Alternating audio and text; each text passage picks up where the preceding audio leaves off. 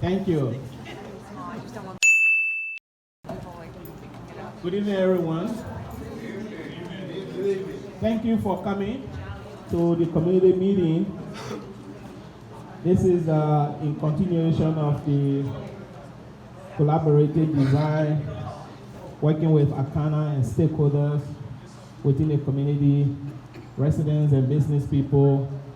And of course, we have our project team, headed by Samantha. She will be introducing the team later, sitting on my. So we welcome you all to our meeting tonight. Another recurring theme that we have is these graphic design elements and making them vinyl decals is an easy way to place them in the windows across all of the different types of stores that can bring just a really easy cultural identity to each of the businesses that are very local. Momentarily, but the yellow rectangles show the best opportunities for that based on feedback that we got from you all on that game board that we were playing with in the last meeting.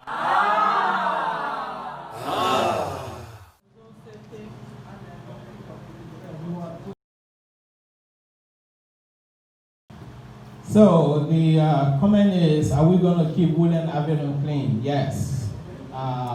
We want to do that because part of our project is to ensure that not just to change the facial look of Woodland Avenue, but to make sure it is clean, spotless, because it is the best way that we can invite visitors to our neighborhood. Well, again, remember this is a prototype, so we're going to use this to seek funding. So the project thing is not going to complete this project. They're only going to give us a design that we will take to fund us. So if you're sitting in this room, you're millionaire or billionaire, please make sure you sign in there. We'll be coming to you as well to help us with the funding. So with respect to the curve, yes, if we can get the funding to do that, it definitely will be part of the project. If you don't want it, it ain't gonna be there. This is the community's opportunity to say what they want in this plan. And I need all of y'all to own it. You invested in this. If you don't want it, it ain't gonna happen. You don't have to ask nobody's permission. Tell them what you do. I'm just making that a response, and so that you can correct this before it goes anywhere. This is you. This is Empower CDC. This is ACANA. This is the community organization's opportunity, not only to have input, but to shape it.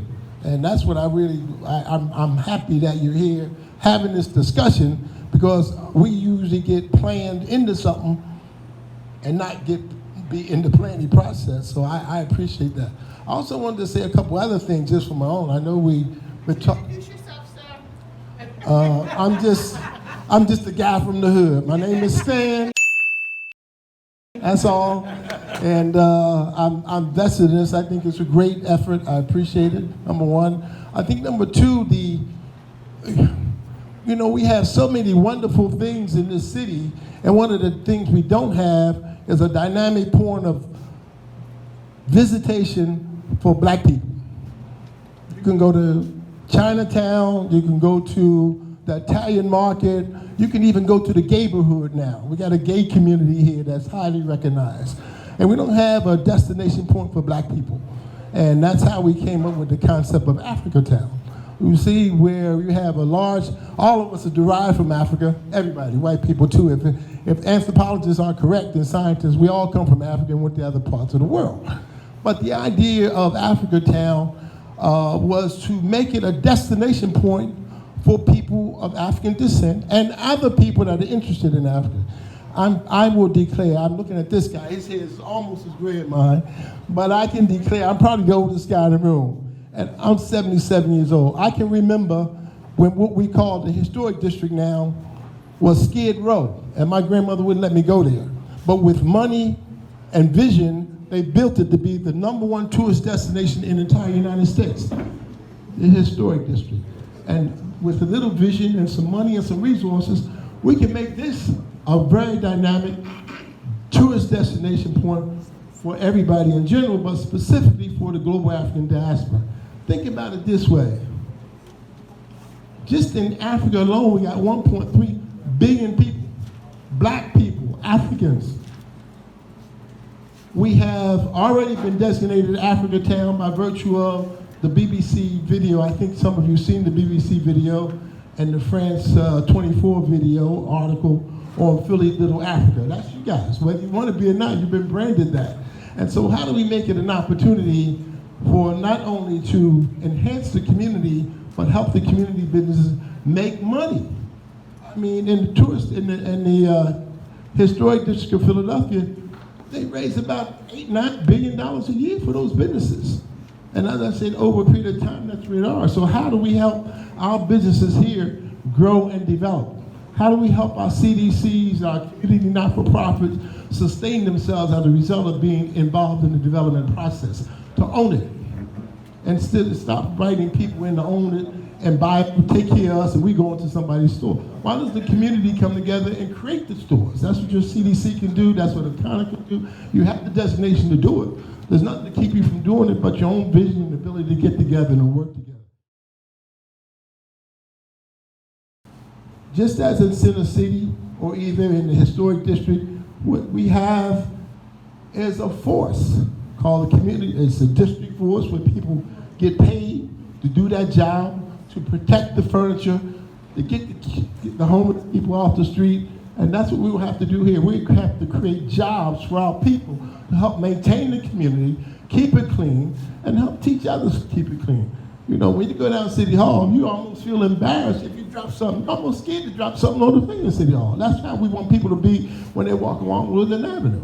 They say, hey man, don't drop that. You could go back and pick it up. I see people all the time down City Hall over Chestnut Market. She say, don't drop that. Go.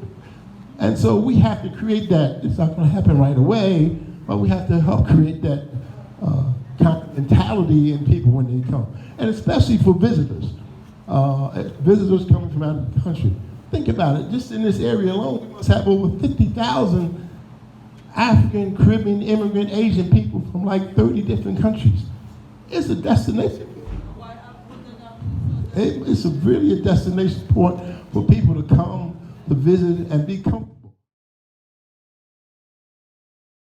We can help with that is if you tell us ahead of time what you want, then we can design seating that's going to be more likely to have that result. So if you want seating that moves less, we'll design heavier seating that takes people to set it up and put it down. You know what I mean? But we're going to walk away from this project and you're not. So you guys are going to be the ones who decide where does the seating belong, how often does it move, and those are kind of things that are beyond our scope, but we would like to design the right kind of seating to work with what you guys want for long term. My name is Marsha Wall. And I just wanted to give some information, some input on the information booths. Here we have presently just a slab of concrete. It's very sturdy. However, you're showing an example of a seating area. My suggestion would be, instead of using one blank of seating, divide them up where they can have 3 individual seats using the same space. However, it would prevent someone from actually utilizing this for sleeping or to just lounge around. They would just be able to just sit. That's primarily my biggest concern. Also, to secure the information stations where the solar panels can be secured and make sure that the things are not vagrant or stolen or just vandalized. Those are big concerns in our neighborhood, so I just wanted to make sure some of those inputs, some of those ideas were put into place. I don't know what we could do to secure this, but those are my suggestions. This is absolutely wonderful because it gives you an idea where the locations are, the stores and whatnot, but, and this would be on the corner, I would assume. So it's a good idea. think this is absolutely fantastic, but not done permanently. If we could use this idea just as a temporary for a special event or something like that for additional seating, it would be perfect.